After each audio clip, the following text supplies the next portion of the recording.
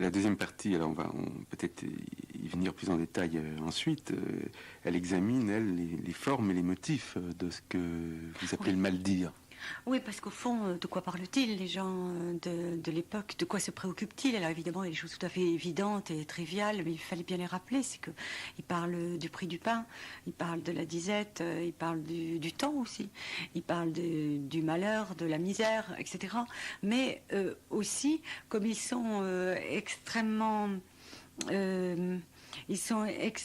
comment dire, attentifs à tous les événements. Ils parlent de la guerre et ils parlent aussi de la place de la France au milieu des autres nations. Ils parlent des relations diplomatiques et puis ils parlent de la grande scène qui est devant eux, c'est la scène du roi. Et ils parlent du roi. Ils parlent du roi, de la cour, des princes. D'ailleurs, le roi, la cour et les princes ne sont pas économes de leur présence. Ils viennent constamment à Paris faire des entrées à Paris, venir pour faire des fêtes, pour les relevailles, pour au moment des naissances, les morts, etc. Il y a des tas de moments. Mais le peuple les regarde et regarde le roi. Et finalement, lorsque le peuple est mécontent, il interprète les gestes du roi d'une façon, si vous voulez, c'est une grammaire pour lui.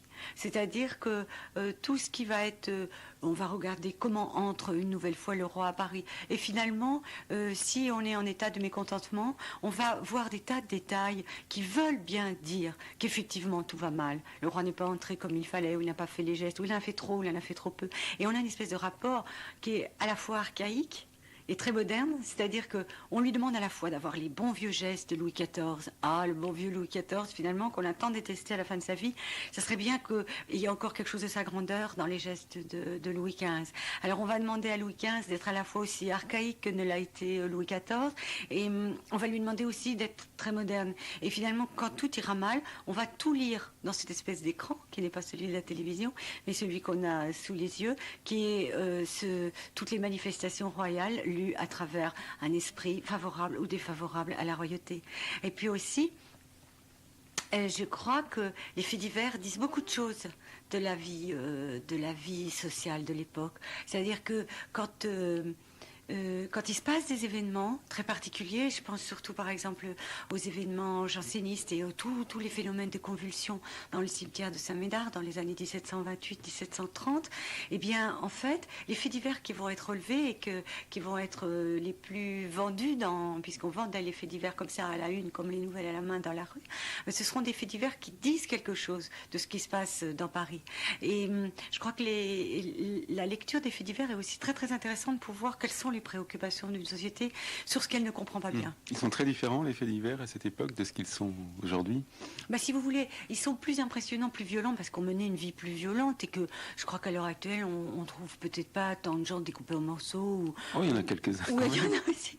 Mais je veux dire, ils ont une violence particulière, parce que la vie était violente, les bagarres étaient violentes, la violence était plus grande qu'à l'heure actuelle. Mais sans quoi, moi je crois qu'ils étaient... Enfin, ceux qui sont rapportés sont très proches de ce qu'on peut voir, mais on peut y lire quelque chose des interrogations sociales d'une époque. Et puis, toute cette histoire se termine à la Bastille. Elle se termine à la Bastille, vous voulez dire en 89 ou elle se termine en prison? Non, je parle de votre livre, là. Oui, c'est-à-dire que c'est la dernière partie qui est centrée autour d'une seule source, les archives de la Bastille. Oui. Ça se termine pour certains, en effet, dans les murs de la prison, et dans une espèce de rage, je crois, pour eux, qui est celle qui est très forte à ce moment-là, de ne pas comprendre pourquoi on est mis en prison, parce qu'on s'est exprimé sur la société. Et m'a intéressé plus, sûrement, cette prise de conscience extrêmement forte qu'il était légitime de parler, qu'on avait droit à la parole et qu'on avait droit à s'exprimer et que ne pas s'exprimer serait presque une faute, ça m'a presque plus intéressé que le contenu sur lequel les gens se sont interrogés. Parce qu'on sait bien, surtout dans la fin du XVIIIe, quels sont les points d'ancrage sur lesquels la population s'est trouvée mécontente et en but avec ses élites et avec la monarchie. Mais plus intéressante, c'est de voir comment des gens mettent entre le roi et eux une distance extrêmement grande, une distance critique, et qu'à l'intérieur de cette distance, ils y mettent une réflexion très grande.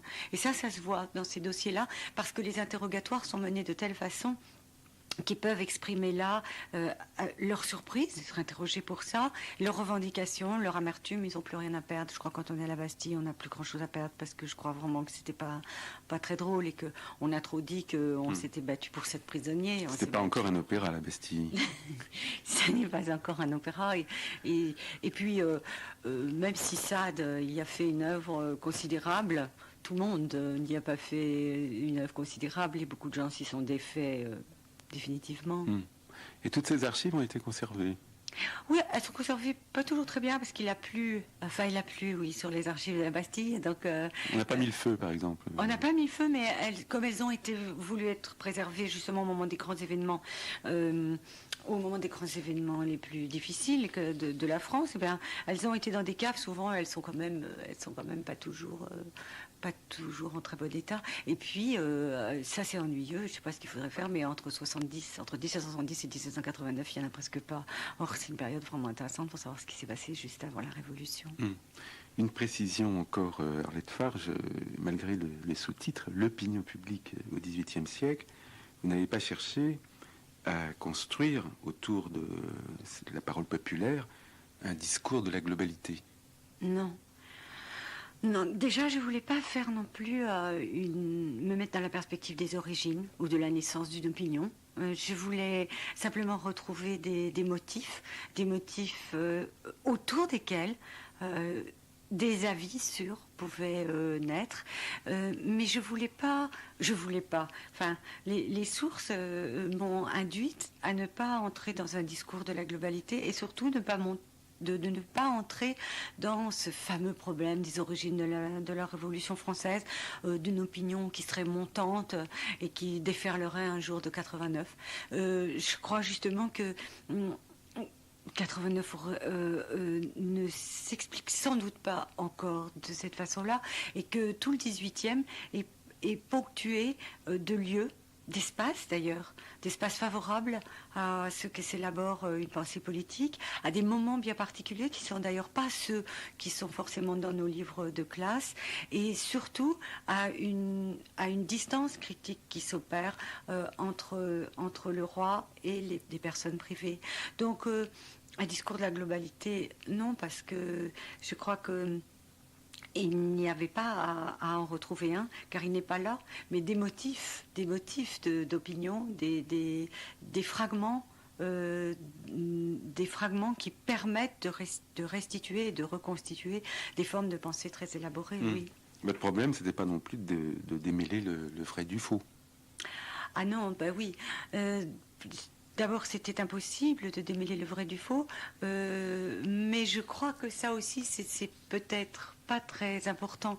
L'important, c'est de voir que les gens cherchent le sens continuellement de ce qu'il leur est donné à voir, et que c'est dans ce sens qu'ils élaborent jour après jour, difficilement, entre le vrai et le faux, qu'ils construisent leur propre mode de pensée.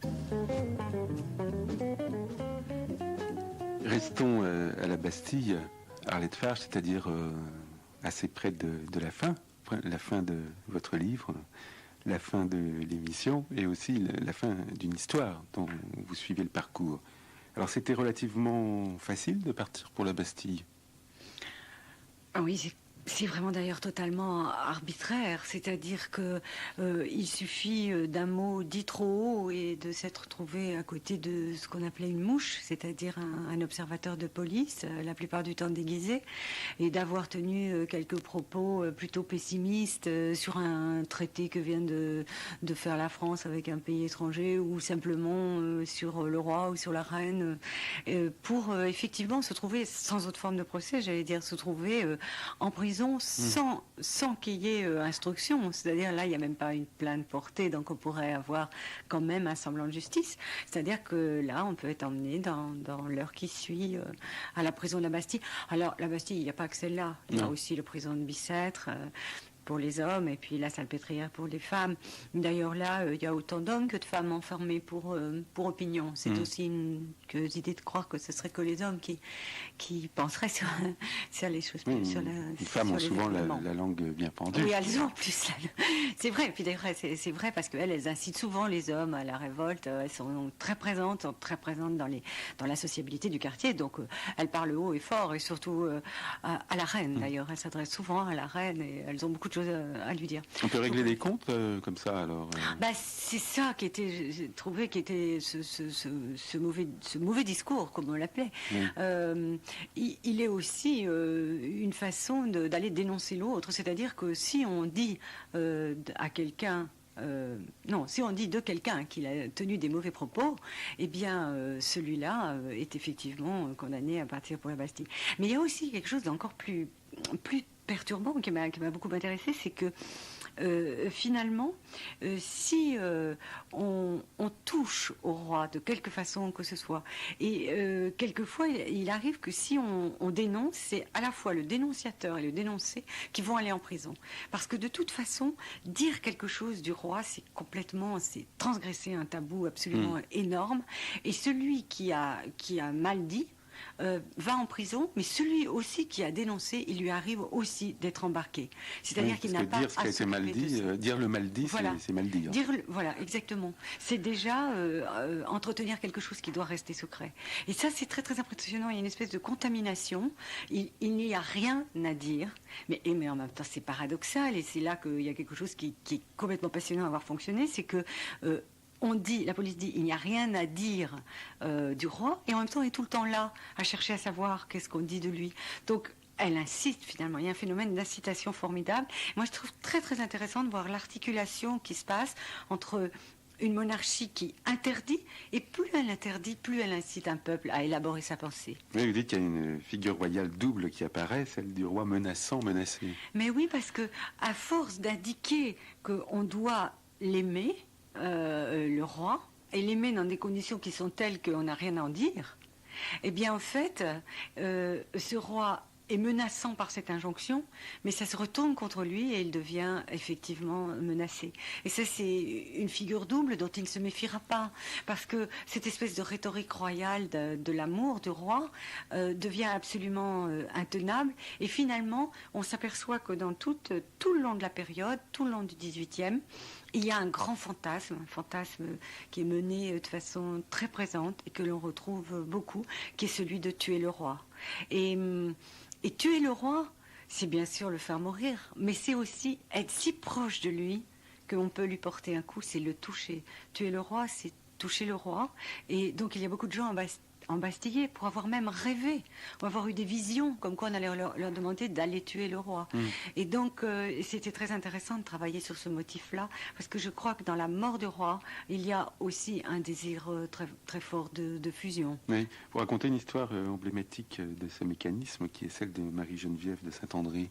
Oui, c'est absolument extraordinaire, parce qu'elle a un rapport tel au roi que elle demande même qu'on ne lui écrive pas des nouvelles. Elle interdit même que ses proches, son neveu, je crois me souvenir, lui raconte des nouvelles, lui donne des nouvelles du roi ou lui donne des nouvelles des événements. Et parce que si jamais on prenait sa lettre, on lisait sa lettre, on verrait qu'elle se tient au courant, et se tenir au courant est déjà fautif. Et je crois que là, ça veut vraiment dire quelque chose de très fort. Et aussi, il y avait j'avais relevé l'histoire d'un fils qui avait accusé ses parents d'avoir voulu tuer le roi, et qui lui aussi a été entraîné dans la chute mortelle, parce que ses parents ont été emprisonnés, mais lui aussi.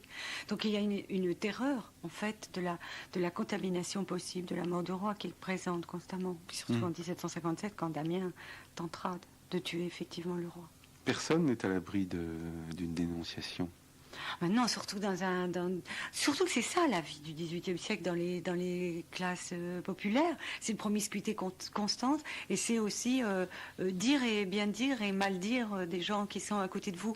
Donc on est sous les yeux de tout le monde, mais le roi aussi est sous les yeux. Et c'est la scène de soi et la scène de l'autre étant le roi, qui sont constamment présentes.